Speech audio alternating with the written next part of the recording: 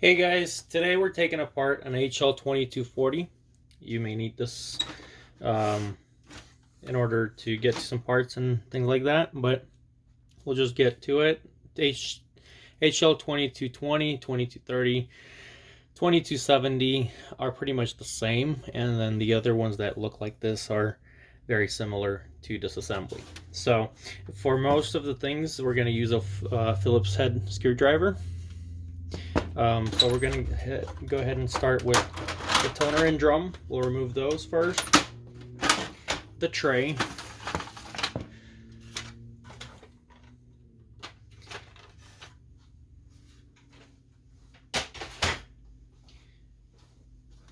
Now, if you want to remove the sides here, you're going to open the back side. And there's no screws, I believe, that are holding it, but these clips right here, over here and over here, you can see them. So what you're going to do is you're going to take a flathead screwdriver, and we're just going to pop this back. That comes right off. Pretty simple. Then on this side you have this door in the way, so you're gonna want to just pull this back, and there's another clip right here. So, and that's how the side comes out. That's basically if you just want to get to the logic board, or on the other side there's gears and the power supply is on the other side. If you're just getting to those, the sides are removed pretty easily. Honestly, you don't even have to remove the back or the front. Just remove the tray like you did. So let's continue with this here in the back, this cover. How you remove it is you open it, then you're gonna push one of the sides away, and then the other side to unlatch this here. That lets this go flat, and on this side you can remove by just pushing it and then sliding it to the right.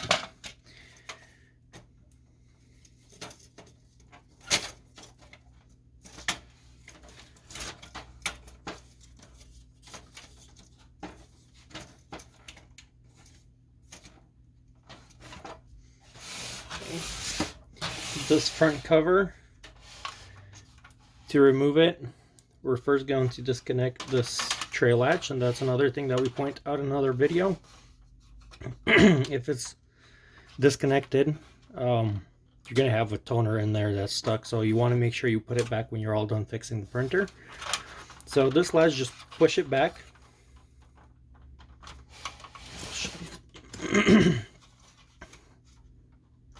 can use a flathead screwdriver just to make sure you're not breaking anything. So just like so. Now that's out.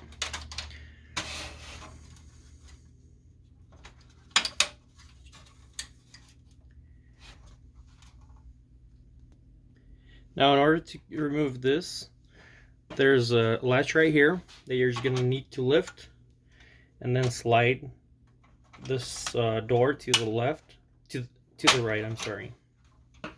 Just like so, and it comes right out.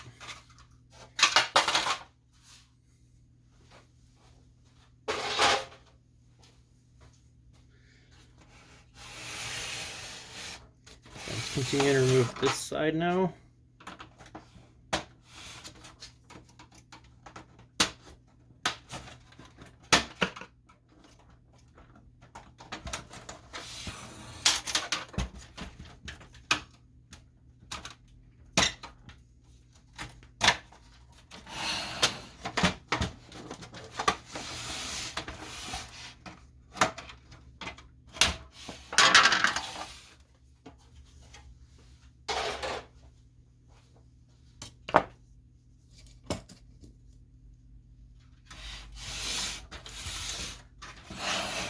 This is the fuser.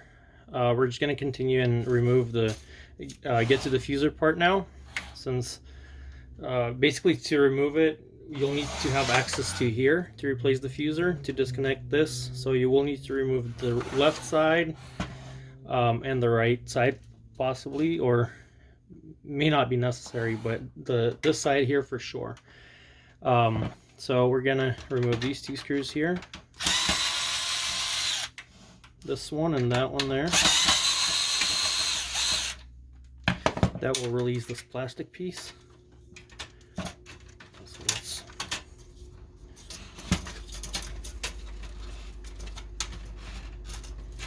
So I want to remove this piece in order to get it, move it out of the way. So just push it to one of the sides and just unlatch it.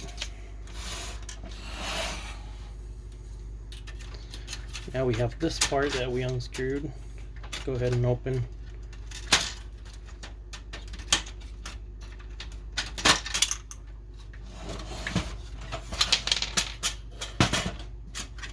So you want to make sure you take these down here.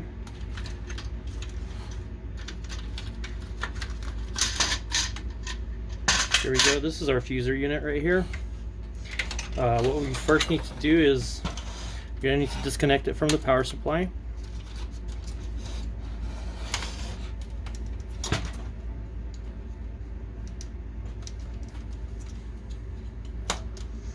This side is disconnected. Now on this side, there's two wires right here that are connected. We need to disconnect those and just loop them around through, take them out of the loops over on this side.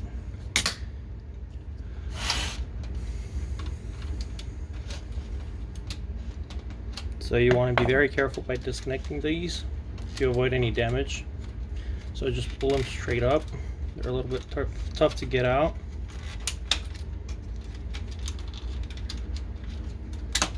Here we go. And now we're just going to take them out of this looped.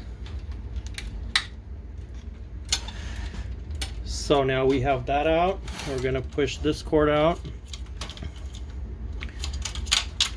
There's a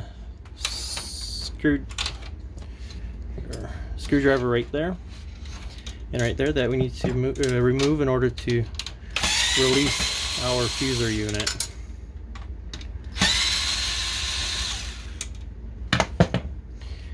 And now since we have those out, here comes the fuser unit.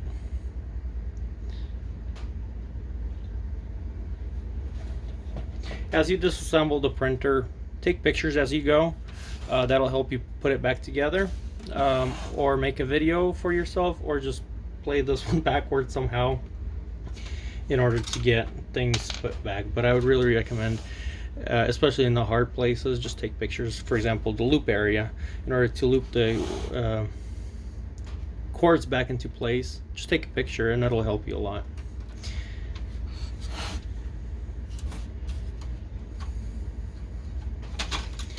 All right. On this side we have the low voltage and the high voltage power supplies. We're going to remove those. I'm going to start by removing this screw right here. That releases this piece. Now we're going to remove all these screws here. There's about 5 of them that hold this low voltage power supply.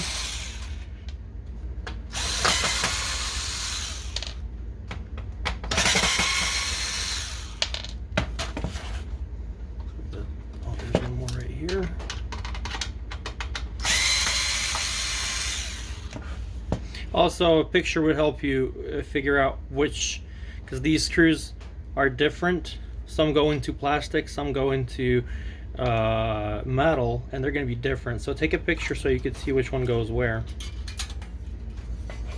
Or you can use this video for reference, pretty much always. Now we're going to continue. We got this cover off. I'm going to remove another screw. Carefully pull it out. We're going to unlatch this piece.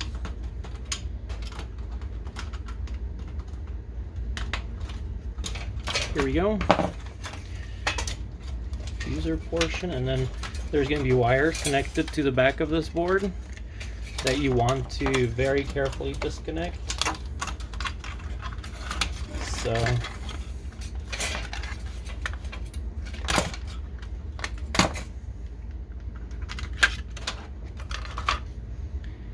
when putting these wires together, you shouldn't have a problem because all three of these are different, and these connections are all different, so you should be able to match it to the correct one. There's also some springs attached to these metal pieces that you want to be very careful with and not lose them. So just disconnect it and keep it in place. There's one right there and one right here that was attached. I'm not sure how much work they do, if you miss them or you lose them, if it's gonna give you trouble, but it's best to put everything back the way it was. So this one basically had a screw here that was also holding this board, and I removed one more, and then the rest of it is going to be attached by these clips. So right here, and one up top, and also it has a couple connections on the back. So there was a ribbon wire right here and just another one over here. So we got this one out. It's another power supply board.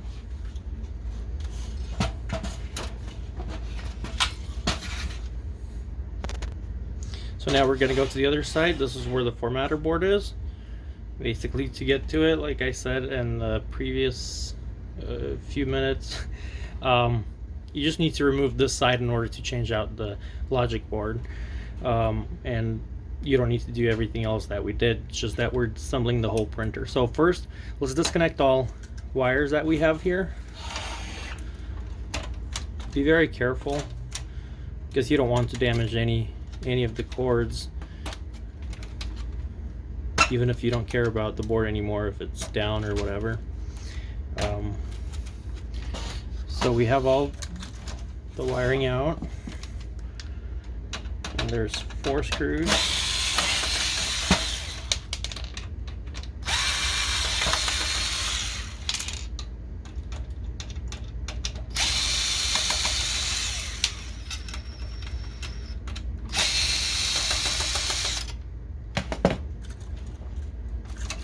And then there's this latch over here that holds it too. Let's push it back and take our board out. There we go. It's pretty tiny, but without it, no printer. Okay, to remove this top portion, we have a couple screws right here, which I believe it can actually, let's try removing it as a whole by unlatching this here. There's a couple right here.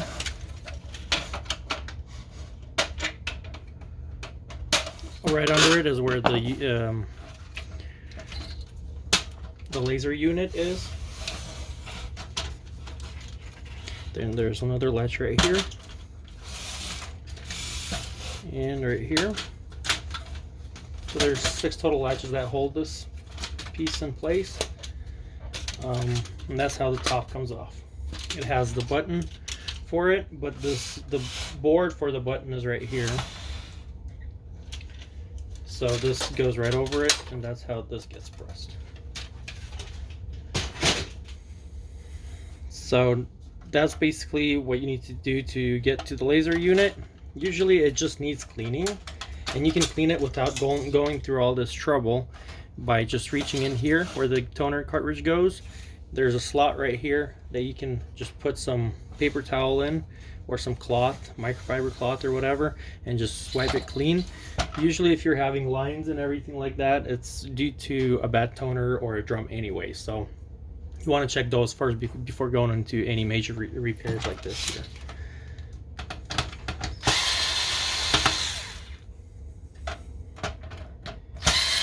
So this is the LSU, or laser scanner unit.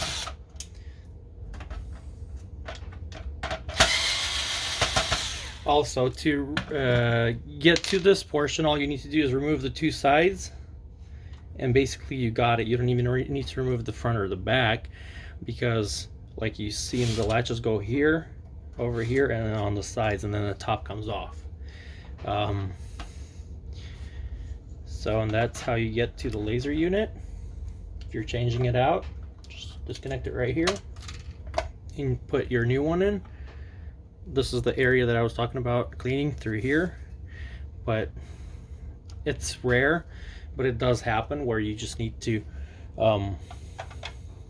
clean that part, and it fixes a lot of your issues with the print quality if you already have changed toner cartridge out and everything like that. So to replace this board here is the control board, or yeah, basically it has the go button on it and the lights.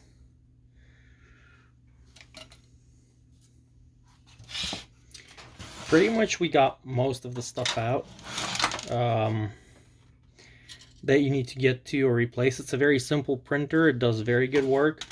A lot of people have this printer and they're happy with them for many years. I know people have used this, a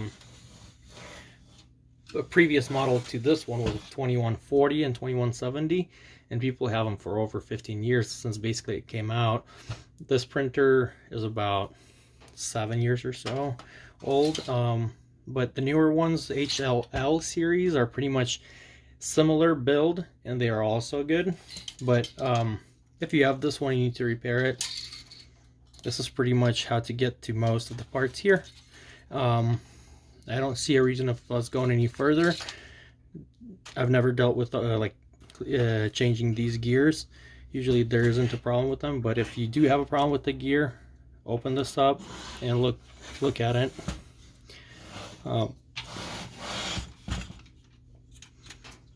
So that's pretty much it.